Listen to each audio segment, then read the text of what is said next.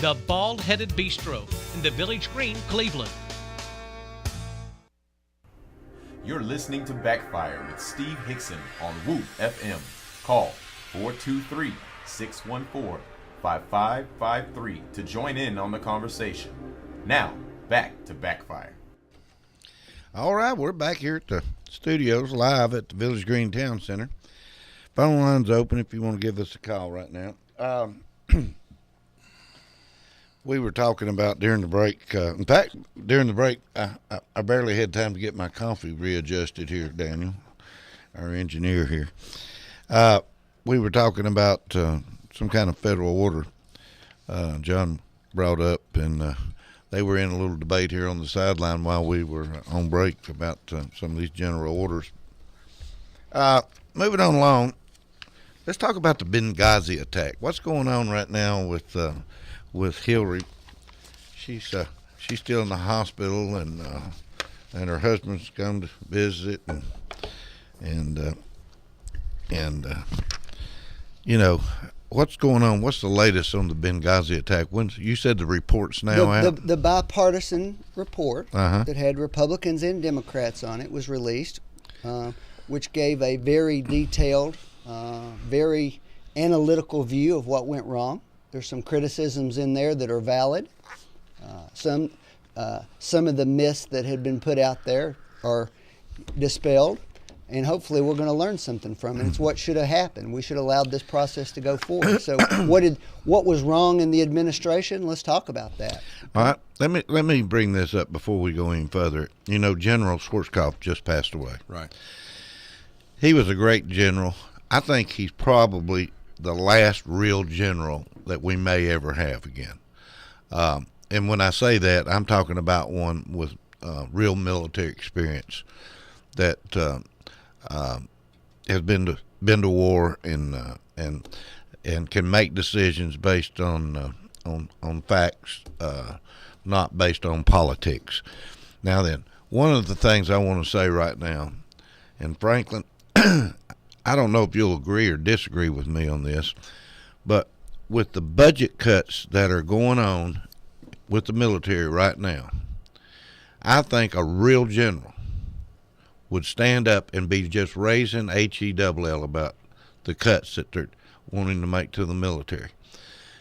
They need to stand up for America and be able to protect us during a time of need. And with the budget cuts coming in the way they are, I think a real general would understand that the military cannot operate properly with the cuts that they're bringing in. Now then, I think the generals that we have wear tutus. I don't think they're real men. I'm just sorry, but they should be raising HELL right now about these budget cuts. You're not hearing a word out of them.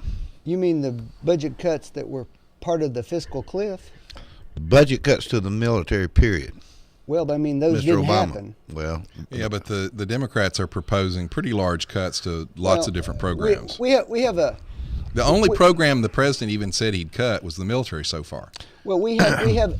It's an area for serious debate and discussion. Now, let me tell you what the other side of it is. Mm-hmm. The other side of it is the view that we have been fighting 2 wars for a decade. We all agree on that, and we also agree that those have been expensive. Mm-hmm. The question is, when we stand down from those wars, should the military budget, you talk about how government has, you talk about it a lot, John, about how the size of government creeps up over time, and once it grows, it doesn't go back down. Well, that's the same thing with the military. Would our military budget necessarily stay at the same level out of a war as it does in the war? That seems to me to be a reasonable thing for us to talk about, and it's something that ought to be looked at seriously. But by the same token, it doesn't necessarily offend me that the military budget would be smaller out of a war than in it.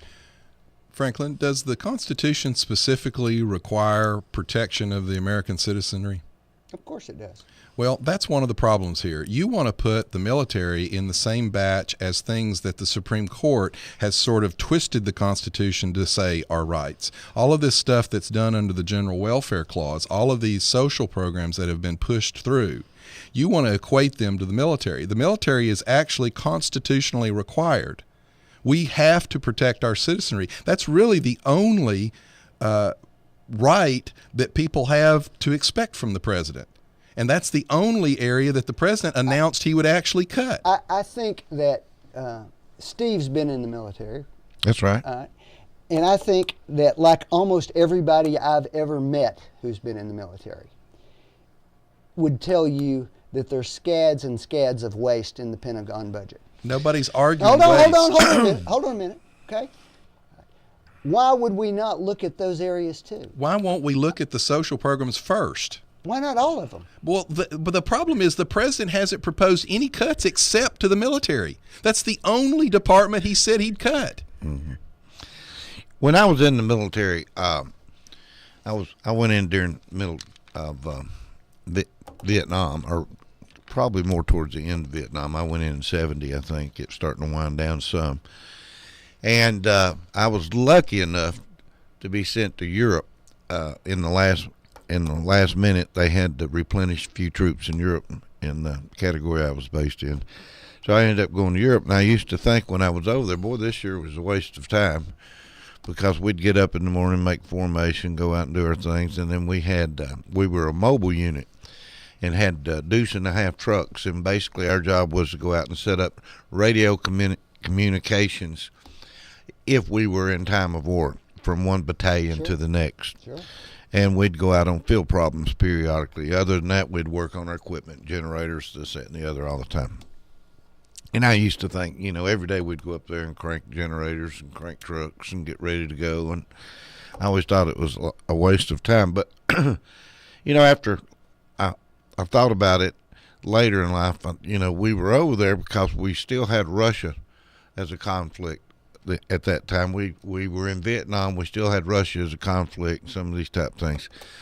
But also, our unit was ready to go if we needed to go any and every time they needed us. If they needed to go ahead and just ship us straight to Vietnam, they could have. We would have been ready to go.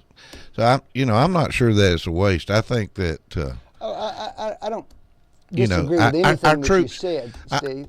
Our troops don't need to be cut, and our weaponry does not need to be cut to a point that it opens a floodgate to anyone thinking we're not well protected.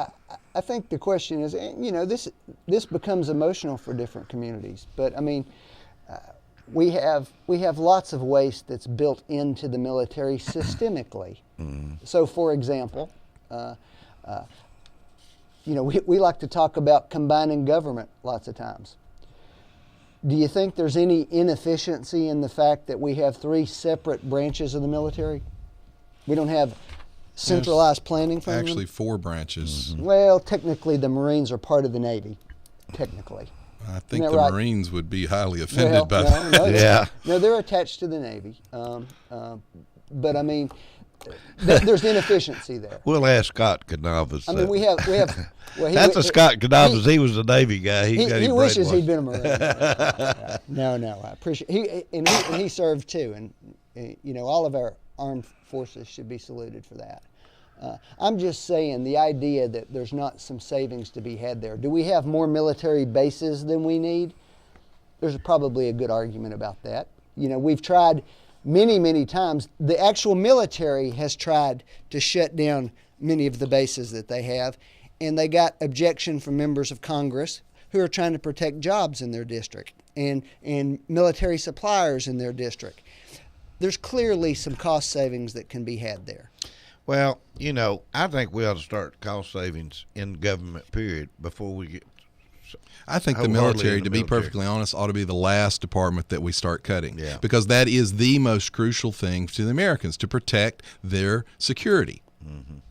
That might be one of the things I don't mind paying taxes for, is for the protection I don't mind paying taxes military. for it either, but for example, the military has proposed not taking certain weapon systems that have been approved and which we've agreed to pay for. They've said, we really don't need these. It doesn't meet the threat that we have out there.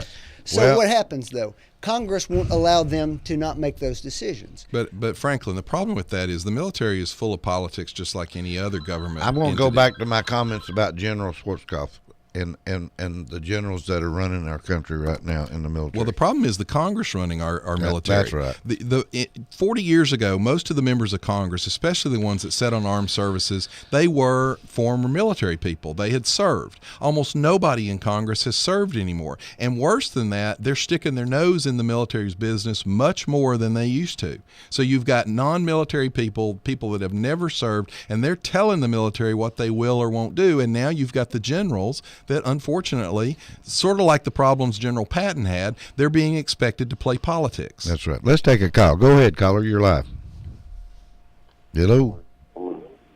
Are you there, caller? I'm here. Go ahead. We'll take you, Kyle. I'm listening to it.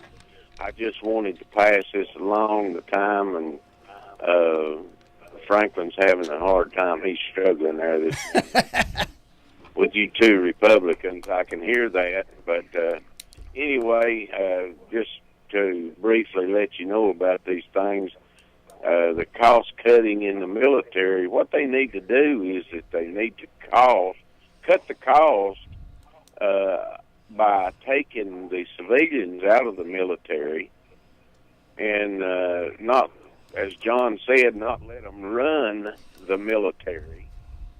There are so many civilians on these military bases that are running the thing, and they need to put the military back in charge and get them off the main gates. If they're going to do anything, they need to put some civilians on the main gates and put those soldiers back to work. Are you talking about civilians working inside the military bases? That's exactly right. I'm not that aware of the problems there. I mean, what's going on? There's hundreds of them. When I was in the military, I went in 1962 and got out in 1966, and I was in the quartermaster battalion. And the cost cutting needs to start with these civilians that are ordering one bolt for a deuce and a half truck. It costs $25 when you go to Ace Hardware and buy it for a quarter. Yeah. You know, and that's the kind of stuff that needs to be cut, and the kind of stuff that needs to be looked at. These assault weapons that they're talking about, and cutting the cost on all that stuff. What's wrong with the old 30 caliber carbines and the old M1 rifles and stuff? They're hard shooters. Well, actually, just as fast as you pull the trigger. Well, actually, the reason the 223 was designed in Vietnam was because they didn't want to kill the enemy. They wanted to wound him, because it took two men to care for a wounded person, whereas if you killed him, you only got rid of one man. So the assault rifle was actually designed to wound, not to kill. That's right, and that's another reason. That's another reason that they ought to bring the people home from over there in Afghanistan and all those places over there, and quit spending money training those Afghans that have been fighting for hundreds of years amongst themselves. They're going to continue to fight. Bring them home and put them on our borders and have them to protect our borders coming into the United States, where these people are carrying bundles of dope on their back into the United States and corrupting our children. You know, this is where the military needs to be, is on the grounds in the United States protecting the citizens here. And that's all I got to say. Thanks, caller. All right. Any comments on that? I mean, he's constitutionally, that's what the military is supposed right. to do, protect the citizens. You know, I'm sitting here looking at Al-Qaeda branch in Yemen has offered to pay tens of thousands of dollars to anyone who kills the U.S. ambassador in Sana'a or an American soldier in the country. In Yemen? Yemen, yeah. That's one of those countries we've been going with a light touch. Yeah, said it offered 3 kilograms of gold worth $160,000 for killing the ambassador, and they'd pay $5 million is it Yemen, I guess. That's equal to $23,000 to anyone who kills an American soldier inside Yemen. Well, I mean, you can see what the effect of 9/11, 2012 has been. Yeah, We've had the people that did that have not been arrested. They haven't been punished, and unfortunately, Al Qaeda they learn from those kind of things. Go ahead, caller. Doughball, Northern Wetback calling in. Northern Wetback, you Canadian guy, you. There you go. Doughball, you know a little bit about my background. Now, how many people of the general public know you started this kicking off on Benghazi? First off, it was our ambassador, and the three that died with him were sold to us as U.S. Marines. Then it turned out that was on their resume, but they were basically mercenaries. Now, whether they worked for Blackwater or not, we don't know. We're not told. But the fact remains they were not even U.S. military. Now, what's going on? Well, there's a lot of people that think we had one of the CIA secret prisons there. And Obama, part of the cover-up that you saw with trying to blame everything in the world was they didn't want the world to find out that Obama, the savior who wasn't going to do these kind of things, was running a secret prison. Of course, it turns out there's no actual evidence to support. Of course, there's no evidence, Franklin. They control the evidence. That's it exactly. Doughball, again, when I was living in Iraq and in Saudi Arabia, when there was grief in Iran, we had U.S. Air Force planes landing at our bases and going over to Iran from our bases. Nobody found out about that. Well, let me, since we did start talking about Benghazi, let me just read you something that Jay Carney said. Now, the report that he's talking about is a Senate report, and it uses terms like grossly inadequate security, accountability. Now, this is Jay Carney making a statement. He said, accountability has been brought to bear with regard to 4 individuals who are very senior. Major news organizations reported that Eric Boswell, Assistant Secretary of State in charge of security, had resigned along with 3 others. Now, that's Jay Carney's statement, and that's letting the public know that the 4 people who have been blamed have resigned. Well, here's the problem with that. He had resigned his post as assistant secretary, a spokesman explained, but would continue his other duties at state. As for the other 3, they were found to have, quote, performance inadequacies, but not willful misconduct, and would therefore face no discipline. So here's the president's spokesman going out, and while not maybe actually lying, he misled the public and said the 4 individuals that we've held responsible have been punished and are gone. It turns out they're not gone at all. Now, again, Franklin, that's an administration that is willfully lying and misleading the American public. What about my Canadian buddy? What's your opinion on this? Again, it's politics at its absolute worst. Again, let's go back to Iraq.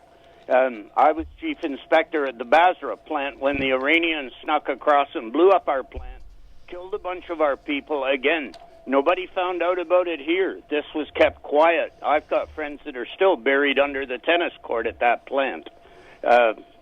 We didn't know, and what they did, they turned around. I bailed out. I was gone. I got right out of there. I really like guns, but I don't like them pointed at me and shooting. They put most of our guys on the British payroll. Then what they broadcast through the States, when finally it was found that the plant was blown up and a bunch of people killed, they said, we have nobody in there now on the American payroll. So you stop and think about it, and the inference is there's no Americans there. The hell there aren't. They're just on the British payroll. And then basically they offered to double our pay. Back then the U.S. dollar was something and the pound wasn't. But they doubled everybody's pay, but you were paid in British sterling. Yeah. So the word for the unwashed was that that's not the case. Now, I've asked guys that are in the military still, I say, how do you guys feel fighting alongside mercenaries that aren't covered by UCMJ and are paid roughly 10 times what you are paid, and they're euphemistically called security subcontractors or something like that? The fact remains Blackwater is working at whatever they're called this week. They're paid by the CIA, which is the U.S. taxpayer, of course. I'd be pretty upset. Again, it's not worth getting into, but the Iraqi government, in their infinite wisdom, decided we needed some oversight, and they brought in some engineers from India. And they were supposed to be second-guessing us, and a few things came up. And when they came up, we said, okay, you guys are getting paid more than us right now. You figure it out. We knew what the answer was, but we thought, no, you guys are brought in. You earn your pay. And I think, again, when was the compass swing on this mercenary thing? In Canada back in the 60s, we were pretty well open door to Americans that decided they didn't want to get involved in Vietnam. And you guys know that, too. I've gotten them in my family, as a matter of fact. They've married into it. But the deal was then with Canadians or Americans who were going over as mercenaries and fighting in Africa. You maybe recall when Rhodesia was going on. If they were caught, they were persona non grata. They lost their passports. Now all of a sudden they're getting paid colossal money. What's going on? I'm out of this. You guys talk. Hey, my Canadian friend. Yes, sir. A to you. I beg your pardon? A. Not A. I don't say ain't either. I found out. I thought that was part of the Canadian language was A. No. And he informed me that's about like an American saying ain't. Yeah. There you go. All right. Thanks. Keep it up. See ya. All right. Well, Franklin, do you think that Jay Carney should have misled the public like that? Well, first of all, I will confess to you that I don't know exactly what happened to those 4 folks, so I'll have to check that out. But he said they resigned. But number one, this is where we get crossways, John.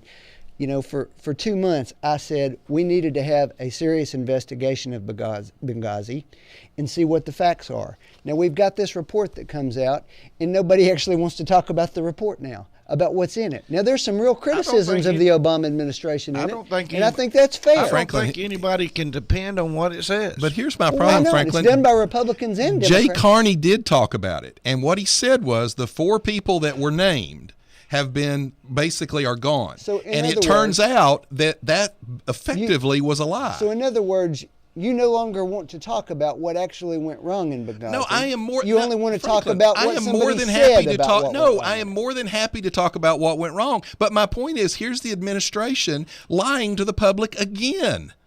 How can you tell me that you want to have an open conversation with people that habitually lie? For 2 months, what I heard was what you wanted to know is whether the White House changed those talking points or not.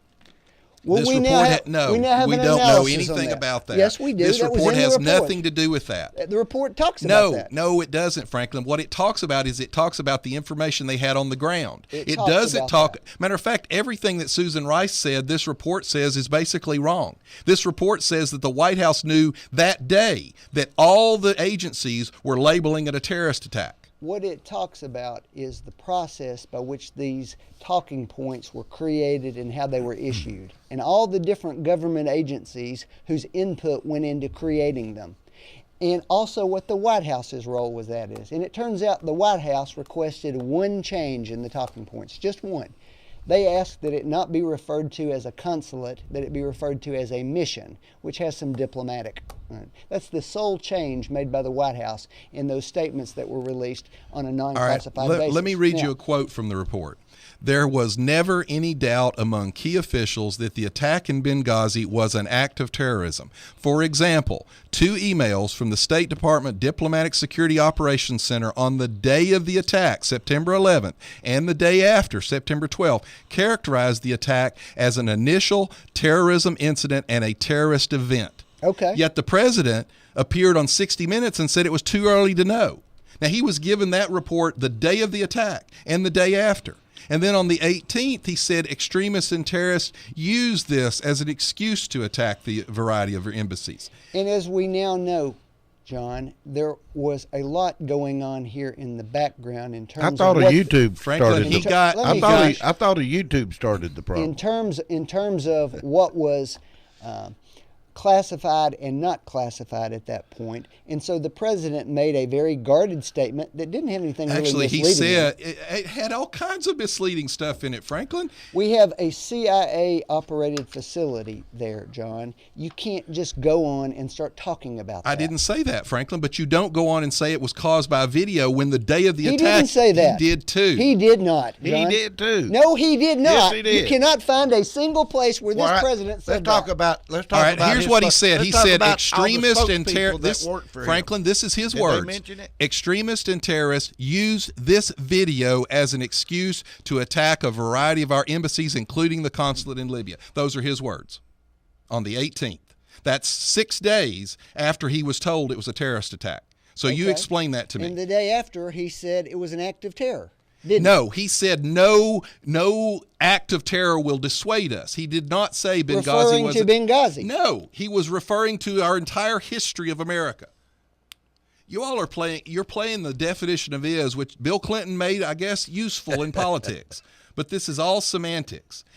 But if you really want to talk, the point is, tell me why Jay Carney the said point those 4 is- people had resigned. the point is that I said there would be a serious investigation of what happened in Benghazi, but it couldn't be done overnight. In fact, a serious bipartisan investigation has been taken that has some criticisms that are valid of the Obama administration in it. And guess what? All the people that were on TV grandstanding about this leading up to the election haven't said a darn word about it because they really didn't care. All they were interested about was scoring political points. Frankly, we still don't know who changed the report. Yeah, we do. That came out in it. Who changed the Who report? changed it? It was produced by, first of all, the State Department came up with a report. Then, And wait a minute. hold on. The original report said terrorism. Hold on.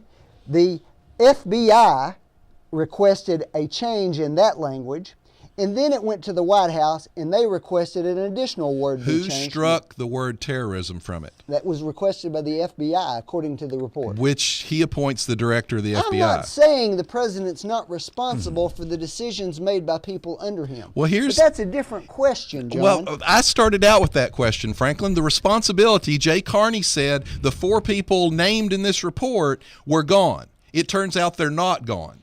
So tell me how that's responsible. We'll talk about it next week when I know some facts about it. I don't know the I answer read to you that what he question. said. Well, I know what you said. You also told me a minute ago that an executive order dealt with Race to the Top that dealt with the Environmental Protection Agency. I question your sources most of the time. I just love this show. I'm glad you do. It gives you a warm, fuzzy feeling, doesn't it? Well, folks, if you feel like you've learned everything you need to know about Benghazi, then I guess we're done. Yeah, we'll quit talking. I about don't it. think that at all. I think it deserves serious discussion and serious investigation. How and long that's does what it- I was advocating. Do you think that? Do you think that we couldn't have got to the bottom of this in a week and Yeah, I gave think better that- The information? FBI didn't Yeah, I think secure so. the site for over 3 weeks. I mean, it's just amazing to me that we can't. Months and months later, we're still trying to figure out what's happened. Well, the main thing is the election's over, and that's all that mattered to the White Yeah, House. the election's over. Anyway, it's another day. Hey, it's another year. It's another year. And, I guess what we need to do is start a scorecard for this year. Let's just Scorecard. Yeah. We need to have a scorecard on how everything's going and keep up with from this date forward. I mean, this is the true beginning of Mr. Obama's presidential term of him getting every damn thing he wants. Do we have let's see three what teams happens. on this scorecard or 2? Let's take a call real quick and get one last word in. Go ahead, caller.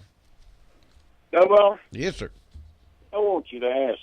I know John can hear me, but I want John to give me an answer on what he thinks the United States government should do to the people that are threatening our embassies and our people over there, like the 4 that got killed or 3 that got killed or whatever.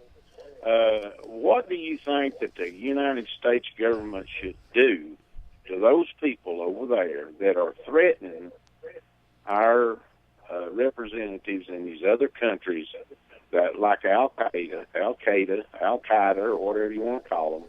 The ones that blew up, the 9/11 attackers and so forth. Yes. Okay. Well, if I had my way, I'd kill them. That's all they understand. Yeah. Okay. I mean, what do you think that they know where these Al Qaeda strongholds are? They know where they're trained. What do you think that ought to be done to those people? What do you think that ought to be done to those people that are offering that much gold and that much money to kill U.S. soldiers and our representatives over there? Well, first off, we're sending federal tax dollars to that very country to support them. We're sending federal tax dollars to Egypt while they're abusing their women now and while they're reneging on their treaties with Israel. This is a huge problem, and it builds over years. This president shows weakness at every step with these people. And what happens is he does these things and he says, oh, look, I'm going to be nice and they're going to like me. The Arab culture is different over there. They only respect strength. And he doesn't exude strength, and so they feel emboldened. The reason you see this gold being offered in this other country is because they watched Ambassador Stevens be killed, and our FBI couldn't even secure the site for almost 3 weeks. And we've done absolutely nothing to those people. And we're still sending money to their countries. John, listen to me just a minute. My question to you is, what and how do you think that this ought to be handled? How do you think this ought to be handled? Leave the president out of it. Well, I can tell you how the president's in charge of it. He ought to kill these people. He ought to do it as visibly as he can and as violently as he can. There you go. Kill him. Franklin, I feel for you, son. Thank you. All right. It worked for General Patton. All right. That's the end of our show today. We look forward to next week. We'll see you guys next Wednesday. And until then, may the Backfire be with you. You've been listening to Backfire with Steve Hickson, John Stanberry, and Franklin Chansey. Catch them again on Whoop FM at noon today and every Wednesday morning from 7:30 to 8:30. Now, back to more music on Whoop FM. Looking for America's original music? You just found it at 99.9 Whoop FM. Listen and watch online at whoopfm.com. The Bald-Headed Bistro has a brand new menu offering more value for your dollar.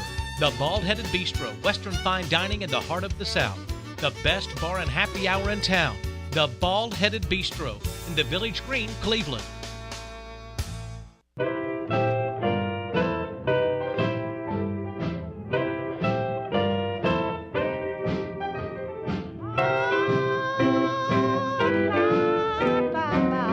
Come in, Tommy. Yeah. You do something to me. Yes, go on.